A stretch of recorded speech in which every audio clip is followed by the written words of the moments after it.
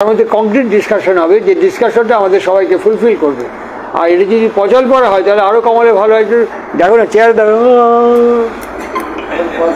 তুমি ওখানে বক্তৃতা দিচ্ছ আর তুমি ওখানে বক্তৃতা দিচ্ছ, এরকম করে পা তুললো, এরকম করে শব্দ করলো, তুমি বুঝতেই পারলে সৎসঙ্গ কিরকম হচ্ছে। এটাকে তুমি যদি লিঙ্গার করতে চাও তাহলে ওখানে ঘুমিয়ে বললো, সৎসঙ্গ বক্তৃতা দিচ্ছ, ঘুমোচ্ছ ওখানে, এরকম অসুবিধা নেই কিছু, এর চালিয়ে ভোট করে দাও। যেহেতু একটা বিষয় এখানে হয়, কারণ আমাদের প্রার্থনা জাস্ট টাইমে হয়, সৎসঙ্গে আমরা গুরু ভাই যারা, তুমি তো প্রায় সূর্যোদয় সূর্যাস্তটা দিচ্ছ তো তুমি। হ্যাঁ, মনে করেন একটা অঞ্চলে একটা অধিবেশন আয়োজন করেছেন, সেখানে হয়তো ঠাকুরের ইনিশিয়েটেড না অনেকে, তাদের সন্ধ্যা কিন্তু 7:30 7টায় হয়। অ্যাজ পার দি সিচুয়েশন, এর কোনো বাধা ধরো ছকে ধরো নিয়ম, তারা 1 ঘন্টা 2 ঘন্টা পরে আসে, এটা একটা সময়ের ব্যাপার থাকে। আর অনেক সময় দেখা যাচ্ছে যারা যিনি আয়োজন করেছেন আনন্দবাজারের যে প্রস্তুতিটা, সেটাও শেষ করতে সময় লাগছে। হ্যাঁ, লিঙ্গার করো, কোনো অসুবিধা নেই, লিঙ্গার করো, লিঙ্গার করো। এটা হচ্ছে অ্যাজ পার দ্য সিচুয়েশন, পরিবেশ অনুযায়ী। আমার উদ্দেশ্য হচ্ছে আমার গুরুকে ব্যক্তির ভেতরে সঞ্চারিত করা, আমার গুরুকে ওখানে সেইখানে জীবন্ত করে পরিবেশন করা। তার জন্য কোনো ছাঁচে ঢালা নিয়ম এখানে চলবে না, যেখানে যেমন সেখানে যাব। আনন্দদা কোথায় জানার কিছু থাকলে জিজ্ঞাসা করতে পারেন, প্রস্তুত আসছেন, যদি কোনো জিজ্ঞাসা থাকে নির্মলদা, যদি কোনো একান্ত কোনো জানার কিছু থাকে।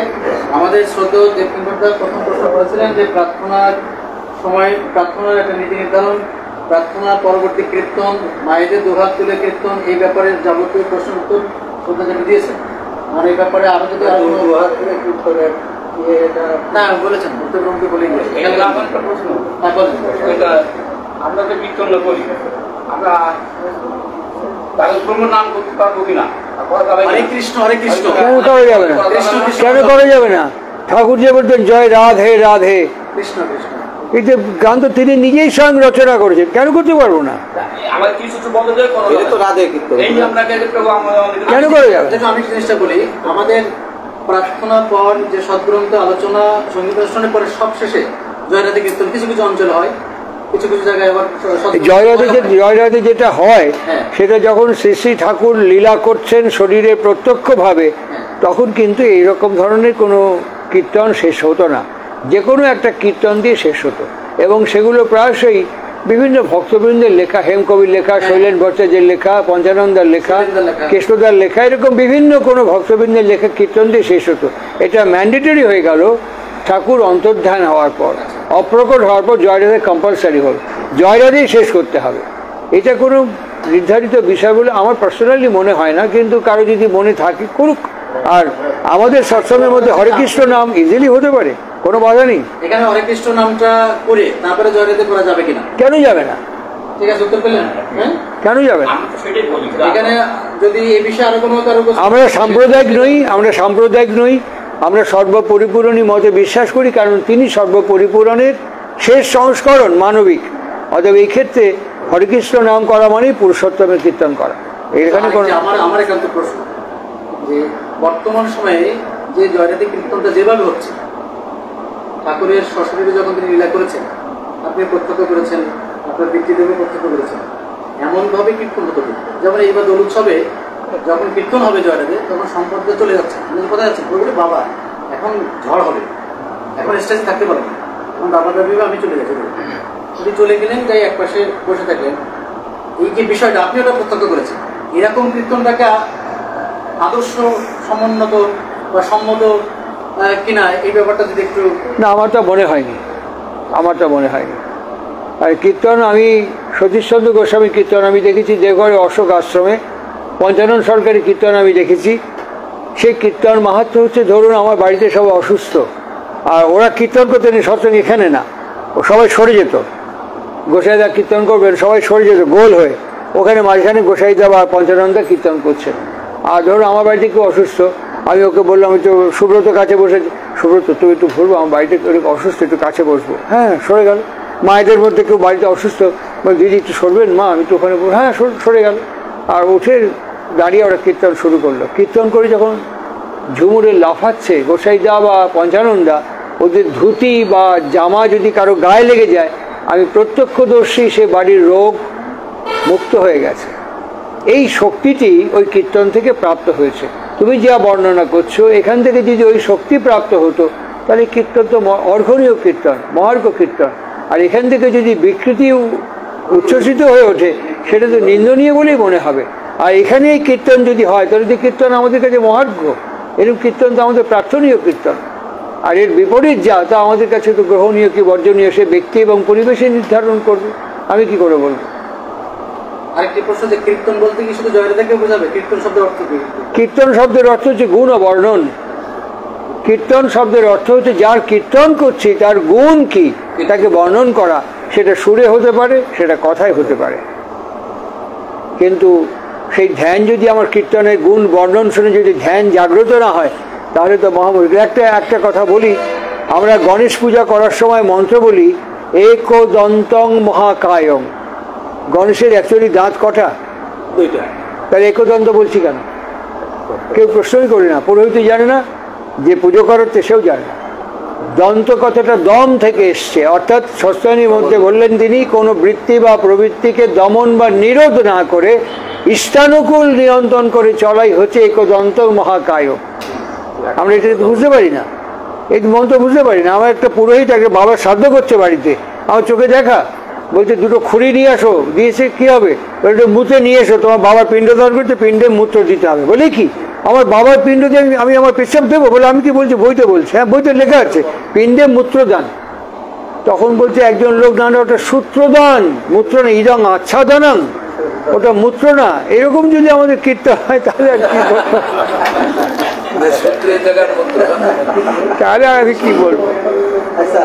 তাহলে আবার দাদা একটা প্রশ্ন রাখলো যে তারক ব্রহ্ম নাম আর আমরা যে ঠাকুরের নাম, এর ভিতরে কি ডিফারেন্স আছে? এই নামের ভিতরে একটা উত্তর আছে? এগুলো ওনার প্রশ্ন না, এগুলো অ্যাকচুয়ালি কোনো প্রশ্ন নয়। অ্যাকচুয়ালি আপনার কোনো প্রশ্ন নয় এগুলো। আপনি তারক ব্রহ্ম নামও জানেন না কি গুরুত্ব কি মাহাত্ম্য, বর্তমান গুরুদেবের বীজ গ্রন্থও জানেন না কি গুরুত্ব কি মাহাত্ম্য। আপনি যে কোনো একটাকে ধরে আপনি সেই শক্তিকে অনুভব করুন, আপনি তার উত্তর পেয়ে যাবেন। একটা দেশলাইয়ের বারুদ যে ব্যবহার করেছে সে জানে হাতে ছ্যাঁকা খেলে কেমন, আর ইলেকট্রিক শক যে খেয়েছে সেও জানে ছ্যাঁকা খেলে কেমন। একটা ছ্যাঁকার গুরুত্ব পেলে পরে আপনি সব ছ্যাঁকার গুরুত্ব অনুভব করতে পারবেন, কোনটার গুরুত্ব কেমন। আগে যেটা ধরেছেন সেটা অনুভব করুন। এগুলো আমাদের জীবনের প্রশ্ন নয়। বঙ্কিমচন্দ্র বলেছিলেন আমাদের জীবনে কোনো প্রশ্নই নেই, আমাদের জীবনে একটা প্রশ্নই, জীবন লইয়া আমি কি করিব, কে বড় কে ছোট, কে মিল কে অমিল, এগুলো কোনো প্রশ্ন বলেই মনে হয় না আমার। আপনি যদি দীক্ষিত হয়ে থাকেন সেটাকে অনুভব করুন, সব এক, সব এক, কোনোটার মধ্যে কোথাও কোনো পার্থক্য আছে বলে মনে হয় না। পার্থক্য হয় ডিগ্রি অফ ভাইব্রেশন, পার্থক্য স্তরগত ভাইব্রেশন। এবার ধন্যবাদ রামপ্রসাদ। আর কি বলো? আমার একটা প্রশ্ন, মানে আপনি স্বাচ্ছন্দ্যে একটু উত্তর দেন, অনেকের অনেক দিনের প্রশ্ন জমা আছে তো। না, আমি আপনাকে বললাম, আপনি বুঝতে পারলেন আমার কথাটা? কি বুঝতে পারলেন? বুঝতে পারিনি, ক্লিয়ার হয়নি। একটা দেশলাই যদি আপনার হাতে ছ্যাঁকা লাগে, আপনার চামড়ায় যদি ফসকা পড়ে, বুঝতে পারবেন তো যে ফসকা পড়লো? আমি জিনিসটা ক্লিয়ার জানতে চাচ্ছি, সত্য থেকে যে নাম ছিল, যেটা সে নাম ছিল, সেটা কি তারক ব্রহ্ম না? কলিতে এসে তারক ব্রহ্ম নামটা উচ্চারণ হইল, হরে কৃষ্ণ নাম বলে তারক ব্রহ্ম নাম গালি না গালি অনুষ্ঠানে কোনো সমাপন হয় না। তারক ব্রহ্মের নামটাই কি আগে? তার নামটা কি? আর আমার ঠাকুর জয় রাধে কি তো তারক ব্রহ্ম না? এটা হরে রাম হরে কৃষ্ণ হরে কৃষ্ণ তারক ব্রহ্ম তো। হরে রাধে হরে রাম হরে রাম রাম রাম হরে রাধে, এই যে হলো তারক ব্রহ্ম নাম। কারণ সত্য যুগে কি নাম গেছিল? সত্য যুগে কি নাম ছিল? কি নাম ছিল আমি কি করে বলবো? আমি তো তখন ছিলাম, জানি না তো। তখনকার মানুষ তো ধর্ম করেছে, কীর্তন করেছে। সেটা আমি তখন জন্মাইনি, আমার তো সে স্মৃতি নেই কি নাম ছিল। এই যে হরে কৃষ্ণ আপনি যদি বলেন তাহলে পরে দেখুন, হরে কথাটা এসছে হর থেকে, হরে কথাটা এসছে হর থেকে। হর মানে হরণ করা, আর হর এবং হরে, যিনি হরণ করার কি বলি মানে লাদেনী ধারা, লাদেনী ধারা, বুঝতে পারছেন? এই যে এর ভেতরে আপনি বলাটা অন্য প্রসঙ্গ যাবে, কিন্তু আমি যেটুকু বুঝি সেটুকু বলছি যে, আর কৃষ্ণ মানে কৃষ মানে একটা হচ্ছে আকর্ষণী সম্বেগ, আর একটা হচ্ছে কর্ষণিক কৃতিদীপ্ততা। তাহলে আমি কি হরণ করবে আমার থেকে, কে হরণ করবে, কিভাবে হরণ করবে, আর কিভাবে কোন আকর্ষণে আকর্ষিত হয়ে কোন কর্ষণে কর্ষণ করে আমি আমাকে হরণ করতে দেব। আর রাধা কথাটা এসছে লাদিনী ধারা, এই ধারাটাকে উল্টে দিলে পরেই রাধা। সুতরাং এই শব্দগুলো যখন মার্মিক ব্যঞ্জনা আমরা অনুভব করতে পারি তখন বুঝতে পারি এটা বিতর্কের বিষয় নয়, তর্কের বিষয় নয়, এটা অনুভবের বিষয়। বিষয়টা একই যুগে একই ধারা ক্রমশ চলেনি। আগে নৌকো করে এক ধারা আমরা এখান থেকে ওখানে যেতাম, এখন সেখানে লঞ্চ আসলো, মোটর আসলো, তারপরে স্পিড বোট এসে গেছে। এখন এই যে একই ধারাতে যাচ্ছে কিন্তু কিন্তু ধারার বিবর্তন ঘটছে, ধারার বিবর্তন ঘটছে। সুতরাং রামচন্দ্র থেকে অনুকূল চন্দ্র পর্যন্ত একই ধারা, একই বিগ্রহ, একই অস্তিত্ব, কিন্তু পদ্ধতি এবং প্রকরণের বিবর্তন ঘটছে। একই ওষুধ আপনি আগে যা চিকিৎসা পদ্ধতি দেখেছেন, আপনার এই বয়সকালে আপনি চিকিৎসা পদ্ধতির পরিবর্তন দেখতে পাচ্ছেন নাকি? পাচ্ছেন না?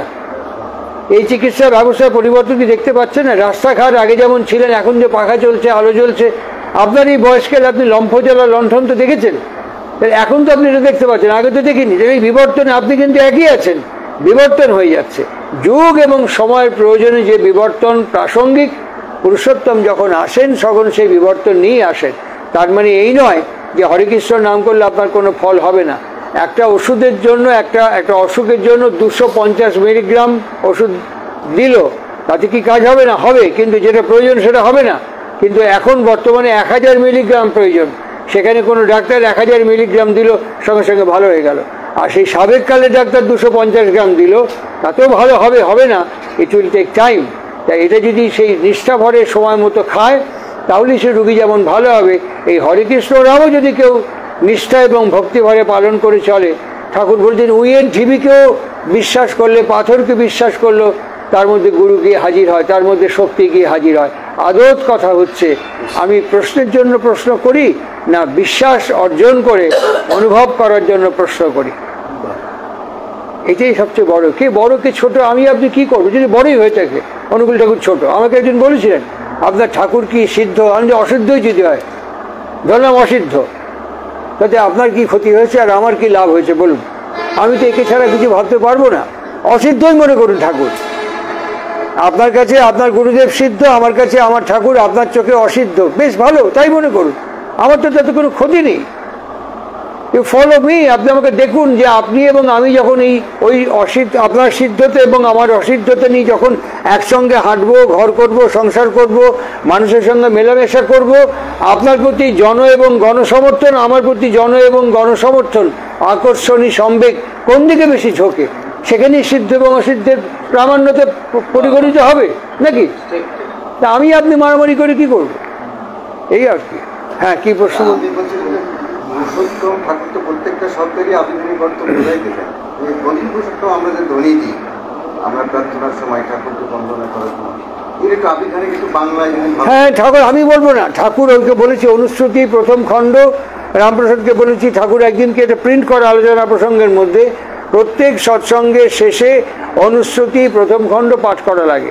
যে কোনো একটা অধ্যায় 4-5টা বাণী পাঠ করতে হয়, কেননা অনেক মায়েরা, অনেক মেয়েরা, অনেক দাদারা, অনেক ভাইরা বই কিনতে পারছেন না, পড়তে পারছেন না, সময় পাচ্ছেন না।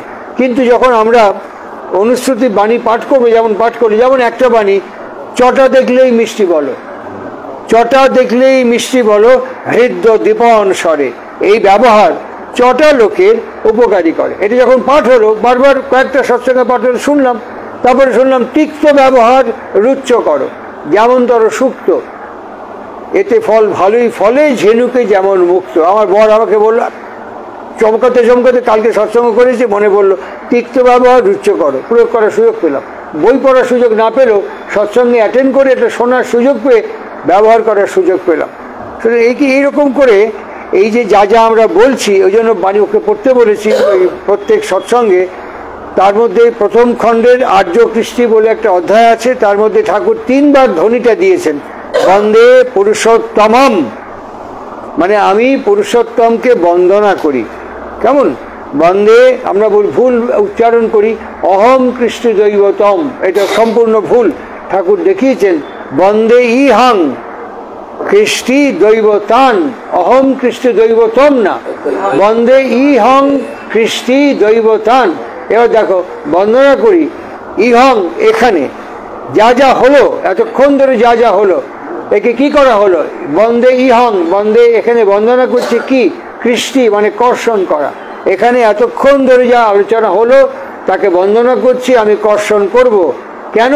কৃষ্টি দৈবতম, দৈব মানে এটা যদি কর্ষণ করি, দৈব কামস ফ্রম দীপ মানে দীপ্তিমান করে তুলবে, তাহলে এটা আমাকে দিব্য এবং দীপ্তিতে উদ্ভাসিত করে তুলবে।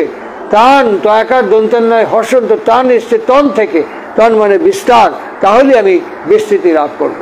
এবার পুজোর সময় দেখো যখন ঘট স্থাপন করে পুরোহিত কি বলে, ইহা গচ্ছ ইহা গচ্ছ, ইহো তিষ্ঠ ইহো তিষ্ঠ, ইহো সন্নিধেহি ইহো সন্নিরুদ্ধস্য হাম অত্রাধিষ্ঠানাং কুরু মম পূজাং গৃহাণু। এটি ধ্বনি, আমরা তাই বলছি তো, বন্দে পুরুষোত্তমম, তোমাকে বন্দনা করি, বন্দে ইহং কৃষ্টি দৈবতান। অনুশ্রুতি প্রথম খণ্ড 357 পেজ বা 52 পেজ। তিনবার এই ধ্বনিটা ঠাকুর দিয়েছেন, তিনবার। প্রথম প্রথম 352 বা 57 পেজ, আর্য কৃষ্টি অধ্যায়। আমি সেটা বলতে পারবো না, তুমি বাণীটা দেখো। আমি সেটা বলতে আমার উচিত না, তুমি বাণীটা দেখো, পরমপিতাকে নির্দেশ করেছে, আর আমি কি বলে এসছি এটা তুমি তুমি তুলনা করে দেখো, ভুল ঠিক আমি কেন বলবো। ঠিক আছে, বুঝতে পারছি, আপনারা বুঝতে পেরেছেন। আসলে আমাদের গাইড আছে একটা, মিসগাইড, তাই না? গাইড আছে, গাইডার, যখন মিসগাইড হয়ে যায়। আমাদের সবসময় পরিচালনা করছেন পরমপিতা। যে কোনো কথা বলবো, যে কোনো বিষয় বলবো, তার না না বসে পড়, বসে পড়।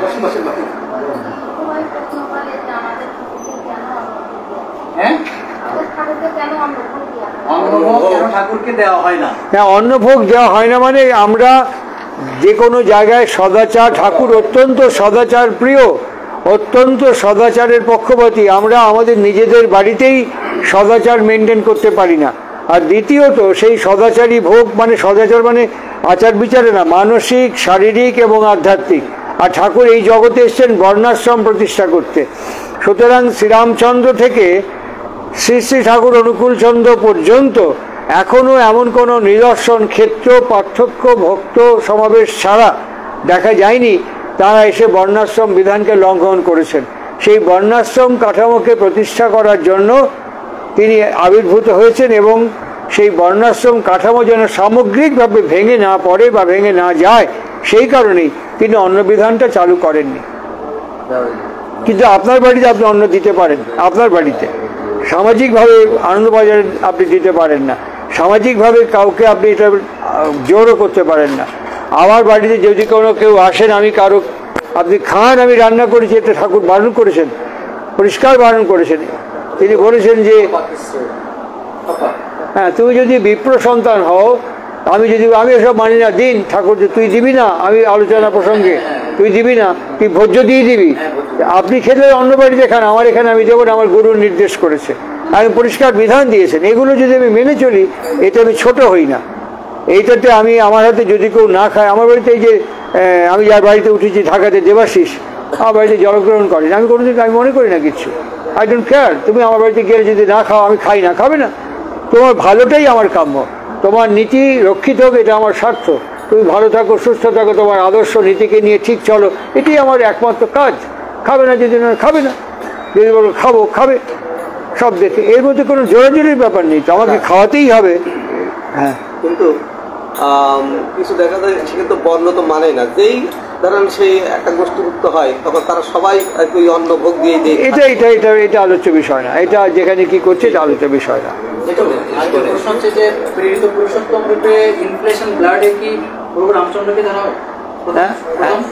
হ্যাঁ, তাকে বলা হয় প্রথম মর্যাদা পুরুষোত্তম। হ্যাঁ, মৎস্য, কুর্ম, কোল, নৃসিংহ, বামন এগুলো ছিল, এগুলো সবই সেই একই ইভলিউশনের মূর্ত প্রতীক, এবং প্রথম মানবিক প্রকাশ বলা হয় মর্যাদা পুরুষোত্তম শ্রী শ্রী রামচন্দ্রকে। তার মধ্যে যে প্রকাশ হয়েছে রক্ত মাংস সংগ্রহ দেহধারী না রক্ত মাংস সবই, কিন্তু পূর্ণ মানব দেহধারী মানবিক পূর্ণ প্রকাশ, জীবন এবং ভবিষ্যতের জন্য পূর্ণ।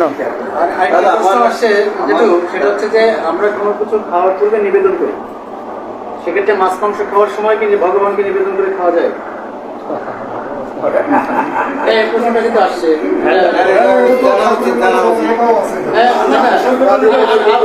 আমিষ খাচ্ছি, তো সেক্ষেত্রে আমি নিবেদন কি করতে পারি কিনা? ঠাকুরকে ঠাকুরকে যা কিছু খাই তখন সেখানে তো দেখো, গিরিশচন্দ্র ঘোষ মদ খাচ্ছেন শ্রীরামকৃষ্ণের কাছে, তখন বলছে যে তুমি ঠাকুরের কাছে মদ খাচ্ছ বলে সুরা খাই জয় কালী বলে। তখন কি আর সুরা থাকে? জয় কালী বলে অমৃত হয়ে যায়। গিরিশচন্দ্র মদ খাচ্ছে শ্রীরামকৃষ্ণের কাছে, রাখাল মহারাজ বলছেন তুমি ঠাকুরের কাছে মদ খাচ্ছ বলে আমি কি খাচ্ছি? সুরা খাই জয় কালী বলে। বুঝতে পেরেছ? এখন যদি সেই অ্যানালজিতে দেখো, ঠাকুর অনুকূলচন্দ্র নিজেও তার জীবনে 3 দিন মাছ খেয়েছেন। 3 দিন তার জীবন। ব্যতিক্রম রয়েছে 15 দিন। না না, আমি শুনিনি। উনি 3 দিনই আমি শুনেছি ওনার কানে। আমি এইটাই বিশ্বাস করে থাকি, যা শুনেছি কানে। 3 দিন খেয়েছেন, 3 দিন মাছ খেয়েছেন। তিনি তার মার কাছে একবার মিথ্যে কথা বলেছেন, নিজেই বলেছেন। হ্যাঁ, একবার। আমি আমার মার কাছে একবার মিথ্যে কথা বলেছি।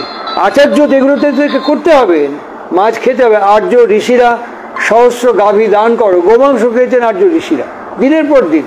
যারা আর্য ঋষি তারা দিনের পর দিন গোমাংস ভক্ষণ করেছেন। হে ইন্দ্র, আমাদের সহস্র সহস্র গাভী প্রদান করো। এই গোমাংস খেয়েছে, সবাই খেয়েছেন, সব আর্য ঋষিরা খেয়েছেন, সোমরস খেয়েছেন। তো এর ভেতর থেকে তারা অভিজ্ঞতা দিয়ে, আচরণ দিয়ে বুঝে তারপরে বিধান দিয়েছে নিরামিষ আহারই শ্রেষ্ঠ। তা আমি যদি নিরামিষ বা আমিষ খেতে অভ্যস্ত, আমি যদি আমিষ খাই, আমার যদি এই অভ্যাস থাকে যে আমি আমার গুরুকে নিবেদন না করে কিছু খাবো না, শুধু আহারই নিবেদন করব, আর কিছু নিবেদন করব না, এখানে আমার সরলতা কতটা থাকবে? আমার চরিত্র নিবেদন করব না। আমি যখন আহার গ্রহণ করছি, হে গুরু পুরুষোত্তম, তুমি আমার এই অন্ন এবং এই সম্পূর্ণ আহার তোমাকে নিবেদন করলাম, এটা করলাম। হে গুরু, আমার সম্পূর্ণ চরিত্র তোমাকে নিবেদন করলাম। এটা কি প্রাসঙ্গিক হবে না? তা না হলে কি থাকে? মন আর মুখের কি থাকে? তার জন্য মন আর মুখের দূরত্বে যেটা প্রাপ্তি আমার কপালে সেটাই আসবে। আমি কি বলতে পারলাম? অনেকক্ষণ হয়ে গেল, এবার ধরি দাও। না না, কেন বল? আচ্ছা বলো। কোনো কিছু নিবেদনের ক্ষেত্রে বা কোনো কিছু প্রার্থনার ক্ষেত্রে অন্তঃকরণে ঠাকুর, অন্তঃকরণে ঠাকুর, এই ব্যাখ্যাটা অন্তঃকরণে ঠাকুর মানে আমি যাকে, আমার ভেতরে যে পরমপিতা, আমি তো এটা বললাম, আমার ভেতরে যে পরমপিতা আছেন, আমি কি এটা ফিল করছি? তা যদি আমি ফিল করি, তাহলে আমার অন্তঃকরণের পরমপিতা যেটা পছন্দ করেন না, আমি কি তা করতে রাজি? উত্তরে এক কথা, হ্যাঁ, একটা কথাই উত্তর। আমার একটা প্রশ্ন ছিল যে বিশেষ করে বাড়িতে যে প্রতিকৃতিগুলো নিয়ে আমরা প্রার্থনা করছি, ওখানে দেখা যাচ্ছে যে নারীরা যখন তাদের যে পুজোর কালে ওরা কি করতে পারবে? হ্যাঁ, ওরা এই ঠাকুরের কাজটা করতে পারবে? এটা অনুশ্রুতি প্রথম খণ্ডের মধ্যে ঠাকুর সময় মেনশন করেছেন 3 কিংবা 4 দিন। এই অনুশ্রুতি প্রথম খণ্ডে উনি যে প্রশ্ন করলেন during the time of period, তখন 3 কিংবা 4 দিন ঠাকুর মেনশন করেছেন। ঋতুকালে 3 কিংবা 4 দিন মেনশন করেছেন। সাধারণত এই সময়টা একই শয্যা, একই বস্ত্র, একই এতে ঠাকুর, এটা ঠাকুর কেন আমাদের আর্য শাস্ত্র। না না না,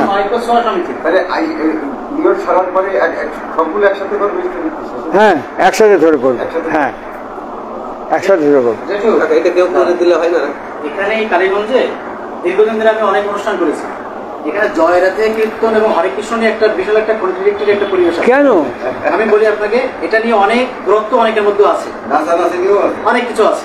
এই প্রশ্নটা আবার ঘুরে ফিরে আবার এনার কাছে আসছে। উনি আবার জানতে চাচ্ছে যে অধিবেশনের পরে জয়রাতে কীর্তনের সময় মায়েরা বাবারা উঠে দাঁড়িয়ে 2 বাহু তুলে কীর্তন করতে পারবে কি পারবে না, এনার প্রশ্ন।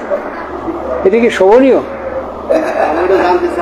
না না, আমার জানে এটা কি শোভনীয়? মাকে আমরা যেভাবে বন্দনা করি, নারীকে যেভাবে পূজা করি, নারীকে শ্রী ঠাকুর যেভাবে নারী শক্তির বর্ণনা করছে, আমি একটা কথা বললে আপনি বুঝতে পারবেন এর উত্তর। ঠাকুর হিমায়তপুরে আছেন, এরকম চেয়ারে বসে আছেন, বড়মা তখন পরিবেশন করছেন, ভক্তবৃন্দ খাচ্ছে। আমি তো তখন জন্মাইনি, আমি দেওঘরে ঠাকুর আর বড়মা কথোপকথন হচ্ছে সেইটা আমি শুনেছি, আর তাই বলছি যে ঠাকুর বড়মাকে বলছেন, মনে পড়ে বড়বু? বলে কি? সেই যে হিমায়তপুরে তুমি পরিবেশন করতেছিলে, বৃষ্টি হয়ে গেছে, পিছলে তোমার যেই হাতে বালতি, তোমার পাটা যেই পিছলা গেল, তুমি এরম করলে তোমার শাড়িটা গোড়ালি পর্যন্ত ছিল, হাঁটু পর্যন্ত উঠে গেল। আর যারা প্রসাদ দিয়ে খাচ্ছিল, তোমার শাড়িটা গোড়ালি পর্যন্ত উঠতেই সবার চোখ পাতের থেকে ঠ্যাঙের দিকে গেল। আমি চেয়ারে বসে বসে দেখতেছিলাম, আমার খুব লজ্জা করতেছিল। কেমন ঠাকুর এটা বললেন? এবার তারপরে বর্মা বলছেন যে তার পরেরটা কও। হ্যাঁ, তার পরেরটা তো কয় লাগে। এরপরে বড় বউ সারা দু হাতে দুই বালতি নিয়ে শ্যাওলার ওপর দিয়ে দৌড় পারিছে, পা একটু হরকায় নাই। তারপরে বললেন, টান থাকলি পর কোথায় কখন কি করণীয় শালা বুদ্ধি ঠিক করে দেয়, টানই ঠিক করে দেয়। তা আমি যদি একজন মেয়ে মানুষ হয়ে পুরুষের সামনে দুহাত তুলে লাফাই, আপনি ছবি দেখুন, এখন আমাদের কলকাতার ছবি দেখলে পরিষ্কার হয়ে যাবে। আরেকটি কথা আছে, এখানে আমাদের এই যে পূর্ণপতিতে ঠাকুর বারবার বলছেন কীর্তন কীর্তন, কীর্তনের সব পাবে, কীর্তনে কয় প্রত্যেকটা একবার কীর্তন, একদম কীর্তন। তখন কিন্তু এই যুক্তিটা কিন্তু খেলা হচ্ছে, তখন সেক্ষেত্রে উত্তরটা কি? না না, কীর্তন করবে না, মানে কি বারবার তো তাণ্ডব কীর্তন কর, কাজ কর, কাজ কর, বসে থাকিস না, কাজ কর। এটা কি কীর্তন করে? এরম এরম করা কীর্তন? কীর্তন মানে তার গুণ ও বর্ণন করে মগ্ন হয়ে আত্মনিমগ্ন হয়ে যাওয়া কীর্তন। কোনটা বলছেন? এটা তো ডিসাইড করতে হবে।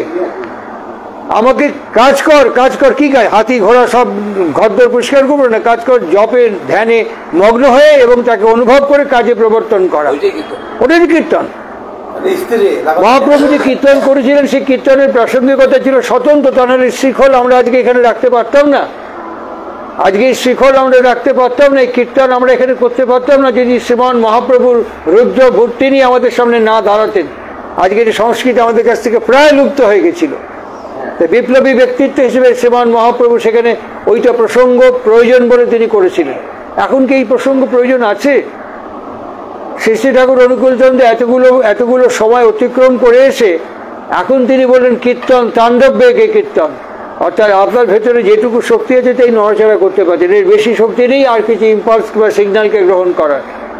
তার জন্য আরও বেশি সম্বেগ সিদ্ধ, আরও বেশি মনন সিদ্ধ, আরও বেশি ধ্যান সিদ্ধ আমাদের জপ এবং ধ্যান এবং যজনশীলতার প্রয়োজনকে তিনি বলছেন তীব্র বেগে কাজ করে যান।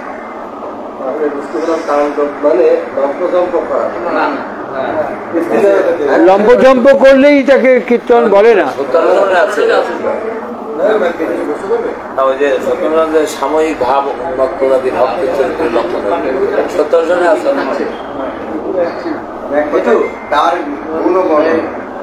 যদি আপনি টায়ার্ড হয়ে থাকেন তাহলে শেষ করে দেবো। না না না, আমি টায়ার্ড হই না। আরেকটি প্রশ্ন, যা আছে দেহভাণ্ডে একদম, আবার যা আছে ব্রহ্মাণ্ডে তা আছে দেহভাণ্ডে একদম। তাহলে এই দেহের মধ্যে কি স্থূল সূক্ষ্ম কারণ এই তিনটে স্তরে? একদম একদম। তুমি দেখো সূর্যের দিকে তাকিয়ে দেখো, 7টা রং ভিপজিওর বলি। তুমি এখান থেকে আমি যেহেতু প্র্যাকটিক্যাল হসপিটালে কাজ করে দেখেছি, 7টা রং আমার শরীরের মধ্যে আছে। আমার শরীরের মধ্যে 7খানা রং আছে। আমার এই মাথাটার মধ্যে 7টা স্তর আছে। আমার মনের মধ্যে 7টা স্তর আছে, কনসাস, প্রিকনসাস, আনকনসাস, সাবকনসাস, এরকম করে 7টা স্তর আছে। ঠিক আমাদের ভূমণ্ডলের সারা বিশ্বে ভুবস্ব মহ জন তপ শত 7টা স্তর আছে। সুরের মধ্যেও 7খানা স্তর আছে, সেটারও 7টা তাল আছে, সব সাথে বাঁধা আছে। আর ঠাকুরের বাণী চর্যাসূক্ত বইয়ের মধ্যে বাণীটার নামই হচ্ছে সপ্ত ব্যাহৃতি। ঠাকুরের বাণীটাও 7টা বাণী পরপর। আর একটা বাণী আছে চর্যাসূক্তে, বাণীটার নাম হচ্ছে তপ অরুণিমা, সেখানেও 1 2 3 4 করে 7টা। তিনি বলছেন 24 ঘন্টায় এই সপ্ত সুর, সপ্ত রং, সপ্ত বাণীকে কি করে প্রয়োগ করতে হবে চর্যাসূক্ত 7টা বাণীর মধ্যে পরিষ্কার করে বলেছেন। ডাউনলোড করে দেখে নিও, আর একটা সৎসঙ্গে পাঠ করে দিও। তাহলে মোলাদার স্বাধিষ্ঠান মণিপুর অনাহত বিশুদ্ধ আজ্ঞা চক্র, হ্যাঁ ওটাও, এই আজ্ঞা চক্র হ্যাঁ। দেশটাতে হ্যাঁ এই যে 6টা স্তরে, এই যে 6ষ্ঠ যে স্তরটি, এরপরে যে আপনার সূক্ষ্ম রাজ্য রয়েছে, এই রাজ্যটা কি আমার কি দেহের অতীত নাকি এই দেহের মধ্যে? এর মধ্যেই এইখান থেকে এই তুমি যেটুকু দেখালে তারপর থেকে পরপর রং থেকে শুরু হলো যাত্রা। আমাদের যে বীজ মন্ত্র সেটা যেতে দীর্ঘ সময়, এই যাবতীয় দেখালে এটা ওং স্তর পর্যন্ত, তুমি যেটুকু দেখালে এটা ওং স্তর পর্যন্ত। তারপরে আমাদের যাত্রা শান্ত মতে যাত্রা শুরু হচ্ছে রং থেকে শুরু হচ্ছে। এটা এখানে এই ডিসকাশনটা নিষ্প্রয়োজন। এটা মানে এবং এরপরে আছে ভ্রমর গুফা, তারপরে আছে বঙ্কনাল, তারপরে ত্রিকুটি, তারপরে অগম উন মুন শুন। এর শব্দ আলাদা, এর ধ্যানের ভঙ্গি আলাদা, এর গ্রহণ করার পদ্ধতি আলাদা, শব্দের অ্যালয় হবে, শব্দকে বিভাজন করার পদ্ধতি আলাদা। এটা এই প্রসঙ্গটা এখানে চলবে না। আপনাদের যদি আর কোনো প্রশ্ন না থেকে থাকে তাহলে আমরা আজকের এই ডিসকাসটা শেষ করব। হ্যাঁ, আমাদের যে বিশেষ করে আমাদের পূজার ক্ষেত্রে, যে বিভিন্ন দেবতা পূজার ক্ষেত্রে যেগুলো আমাদের চারিপাশে পূজার অনুষ্ঠানাদিকে বিভিন্ন শক্তি পূজা, বিভিন্ন পূজাতে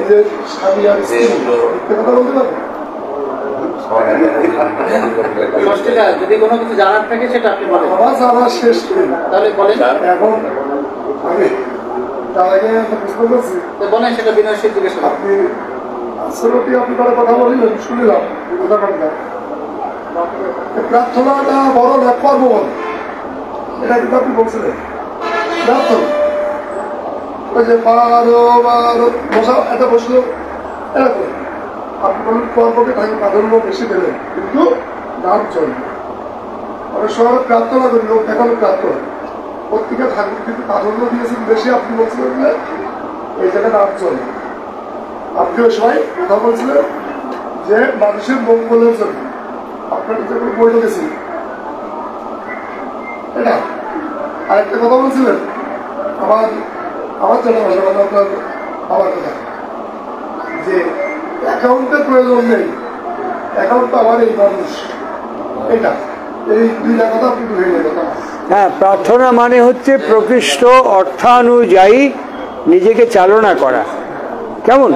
প্রার্থনা হচ্ছে প্রকৃষ্ট অর্থ মানে গতি, আর হয়ে ওঠা, যা আমি বলছি সেই অনুযায়ী নিজেকে তৈরি করে হয়ে ওঠা।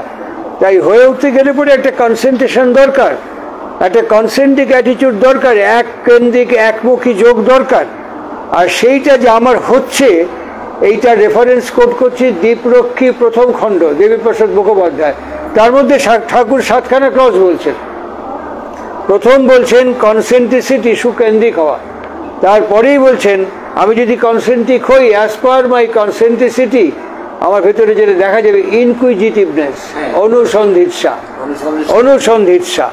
এই অনুসন্ধিৎসা আমার মধ্যে সত্যি আছে কি নেই, কাজ করছে কি করছে না, এটা বোঝা যাবে থ্রু অ্যাজিলিটি, তীব্রতা। আর এই তীব্রতা সত্যি না মিথ্যে এটাও বোঝা যাবে অ্যাবিলিটি, যোগ্যতা। কেমন? এই যোগ্যতা আমার কতটা বেড়েছে বাড়েনি এটা বোঝা যাবে জুডিশিয়াস অ্যাটিটিউড, আমি বিচারশীল মননশীলতাকে গ্রহণ বর্জন করতে পারছি কিনা, এইটা আমার ঠিক হচ্ছে কিনা বোঝা যাবে প্রেজেন্স অফ মাইন্ড, উপস্থিত বুদ্ধির ওপরে। আর এটা যদি ঠিক হয় তাহলে কোয়ার্ডিয়ার গো অফ লাইফ, তখন আমি যোগ্য হলাম সংগঠন করার। এইসব ভাগ করে এর নাম প্রার্থনা। আরে মশা বসছে এদিকে, এটা হয় না প্রার্থনা। হ্যাঁ, এটা হয় না। আর ব্যাংক খোলা মানে এই, আমি যখন এই জায়গায় যাব তখন আপনি ওখান থেকে যদি বলেন 500 টাকা দাও, তো পরিমরিরা দুটো আড়াইটা একটা মধ্যে নিয়ে এসে হাজির করবে। ভালোবাসার সেতু বন্ধন হয়। এই কথাটাই পঞ্চানন্দাকেও বলেছিলেন ঠাকুর, যে আপনার ছেলে যদি এখন রক্ত বেরোয়, আপনি কি বলবেন যে কালকে সকালে চিকিৎসা করব না? আমার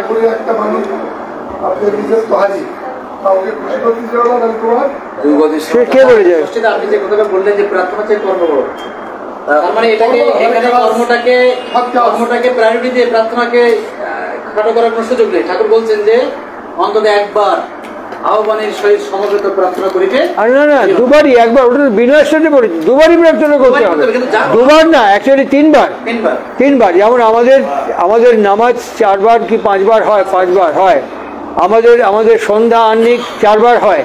ঠাকুর 3 বার বলেছেন। ঠাকুরকে প্রশ্ন করেছিলেন চপলাকান্ত ভট্টাচার্য, আমাদের প্রাতঃকালীন প্রার্থনা, সান্ধ্যকালীন প্রার্থনা, মাঝে একটা প্রার্থনা আছে, প্রার্থনাটা মাধ্যাহ্নিক প্রার্থনা। এই সুবর্ণ, সুবর্ণ কোথায়? উনি আনন্দবাজারের কাজে ব্যস্ত। ওকে বলো, ওকে যে কাগজ, তোমাদের যে মাকে আমি একটা কাগজ দিয়েছি, বইটা বার করে দাও আমাকে, ওই যে আজকে জেরক্স খবরটা দেখো, দেখো কোথায়। এখনই শোনা চাই মাধ্যাহ্নিক প্রার্থনা। প্রার্থনাটা কি? আমি শুনিয়ে দিচ্ছি এক্ষুনি, এখনই কাগজটা বার করো এক্ষুনি। হ্যাঁ, এটা আমি সেইখানে একটা প্রশ্ন পাইছি। ঠাকুর কোনো ফাঁক রাখেনি, দুপুরবেলা প্রার্থনা দিয়েছেন, ওটা আমাকে দাও।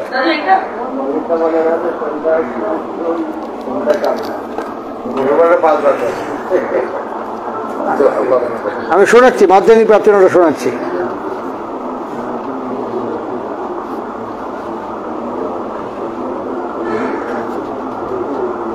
মাধ্যাহ্নিক প্রার্থনা।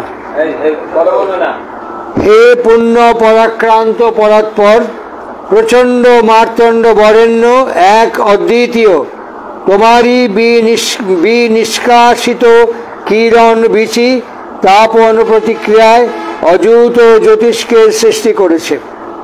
বৈধি মিতি চলনে চলেছে তারা, তোমারই প্রাণদ গতিপথে বোধি বিজৃম্ভি বিশিষ্ট পরাক্রমে সৃজন সম্বেগে দীপ্ত জীবনের অদম্য আবেগে নভমণ্ডলে সজ্জিত স্থল সর্জনে দৌড় পৃথিবীর জীবন দীপালি সজ্জিত করে নাদ নিক্ষণে অভ্যুদয়ী আর রুদ্র পরিক্রমায় তোমাতেই আমার অযুত নমস্কার।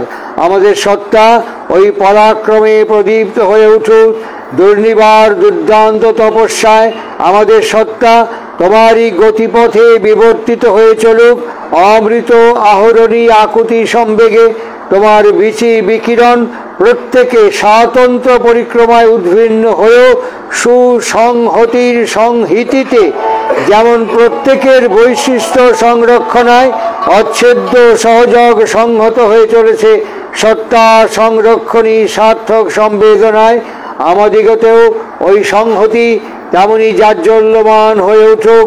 প্রত্যেকটি জ্যোতিষ্ক যেমন তার পারিবেশিক ঘনামান তমসাকে উৎসন্ন করে চলেছে, তোমার ওই জীবন আশিস আমাদিগতেও তেমনি অসৎকে উৎসন্ন করে চলুক। তোমাতে কেন্দ্রায়িত আকুতি আমাদিগকে সংহত করে তুলুক, শক্তিমান করে তুলুক, স্বস্তিমান করে তুলুক।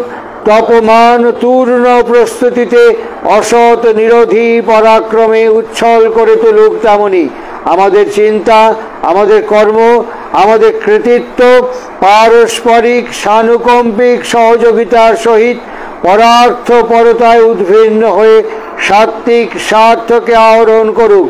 ব্যষ্টি ও সমষ্টি হৃদয়ের সুতাপা সম্বর্ধনা তোমাতেই সর্বতভাবে সার্থক হয়ে উঠুক। অন্তঃকরণের অচিন্ত মর্ম হতে সমস্বরী গীতি গতিতে আসুক শক্তি, আসুক স্বাস্তি, আসুক শান্তি, বর ও অভয় প্রদীপ্ত উজ্জ্বল আবেগে সবারই অন্তঃকরণে ফুটে উঠুক তৃপ্তি, আসুক অমরতা, উদ্ভিন্ন হয়ে উঠুক স্মৃতিবাহী চেতনার দ্যুতি দোতনা। স্বস্তি স্বস্তি স্বস্তি। এটা বিধিবিন্যাস বই আগে ছিল, নম্বরবিহীন বাণী বলে এটা প্রিন্ট করা আছে। বিধিবিন্যাস এটা আলোচনা পত্রিকা যখন বেরোতো, প্রবোধ মিত্র যখন আলোচনা পত্রিকা সম্পাদনা করতেন, প্রবোধচন্দ্র মিত্র দা, তখন মাধ্যাহ্নিক প্রার্থনা বলে এটি ছাপা হয়েছিল। ঠাকুর, হ্যাঁ, 12টা থেকে 2টো টাইম দেওয়া থাকবেন, এরকম হয়। অবিবেচনার কাজ পরমপিতা করেন। আর ত্রিসন্ধ্যা, আমাদের আর্য সন্ধ্যায় ত্রিসন্ধ্যা প্রার্থনা করতে হয়, আহ্নিক করতে হয়। উনিও বলেছেন ভোরবেলা 3টে থেকে 5টা, দুপুরবেলা 12টা থেকে 2টো, বিকেলবেলা 5টা থেকে 7টা। এই রেফারেন্স হচ্ছে দীনপঞ্জি কৃষ্ণপ্রসন্ন ভট্টাচার্যের লেখা প্রথম খণ্ডের মধ্যে এই কথাগুলো উনি বলেছেন। হ্যাঁ, ভোরটা 3টে থেকে 5টা, তার মধ্যে উষা নিশা কভার করছে, সব কভার করে যাচ্ছে। 12টা থেকে 2টো, 5টা থেকে 7টা। আমি এই প্রার্থনা সৎসঙ্গ ওই সময়ের মধ্যে কভার করে যাচ্ছে। একটা ত্রিসন্ধ্যা প্রার্থনা তো আছেই, আর ত্রিসন্ধ্যা নামধানও করেছেন, মাধ্যাহ্নিক প্রার্থনাটা দিয়েছেন, ওটাও এই আমরা আলোচনার আজকে শেষ পর্যায়ে একবারে। আপনার কাছে আরেকটা লাস্ট প্রশ্ন। আপনি অনেক সময় নিজেকে হাইড করে রাখেন, যেমন আপনাকে নিয়ে তো আমরা একটা বড় উৎসব করতে চাই, আপনি বললেন না আমি এখন না, আমি ঘরোয়া আলোচনা করবো, আপনি কি ঘরোয়া আলোচনাটাকে বেশি প্রায়োরিটি? একদম একদম। উৎসব করা তখনই আমাদের পক্ষে সম্ভব। উৎসব মানে শ্রেয় সৃজন করা। আমরা যে টাকাটা, আমি সবসময় ঠাকুর বলেছিলেন অপচয়ী না হয়ে উপচয়ী হয়ে ওঠা। একটা উৎসব যদি বড় করে আমরা করি, সেই উৎসবে ব্যয় কত, সেই উৎসবে শ্রম কত, সেই উৎসবের আয়োজন কত। আমরা যা করলাম, যে ব্যয় করলাম, শ্রম দিলাম, সময় দিলাম, আয়োজন করলাম, সেই অনুযায়ী অন্তঃকরণে সমৃদ্ধ হতে পারলাম না। কেমন আগে অন্তঃকরণে সমৃদ্ধ হওয়াটা খুব প্রাসঙ্গিক এবং প্রয়োজনীয়। এটা আমার আগে অন্তঃকরণের সমৃদ্ধ হওয়া প্রয়োজন। পারস্পরিকতা, আমাদের ভ্রাতৃত্ব বন্ধন এক সুরে। রামপ্রসাদ যে কথা বলবে, এ সে কথা বলবে, ও সে কথা বলবে, আমিও সেই কথা বলবো, ও বাংলাদেশে বলবে, এই ভারতে বলবে, একই কথা হবে। এইরকম একটা ট্রেন যখন আমরা তৈরি করতে পারবো, তখন এক ঝটকাটে উৎসব হয়ে যাবে। সেটা আমাদের বোম করবো। তাহলে আমরা পরিবেশে বোম করতে পারলাম না, তুই ব্যয় করলাম। আমি এই নীতিতে বিশ্বাস করি না। আমি পরিবেশকে জাগ্রত করতে পারলাম না, আমার দিকে অ্যাট্রাক্ট করতে পারলাম না, ব্যয় করে বসলাম। এটা আমার আমার ভালো লাগে না। আমার পার্সোনাল ওপিনিয়ন, তোমরা নাও মানতে পারো, কিন্তু আমার মনে হয় যেটা পরিবারপঞ্জি বলেছে, এটা যখন করবো, এর চেয়ে বড় উৎসব আর হয় না।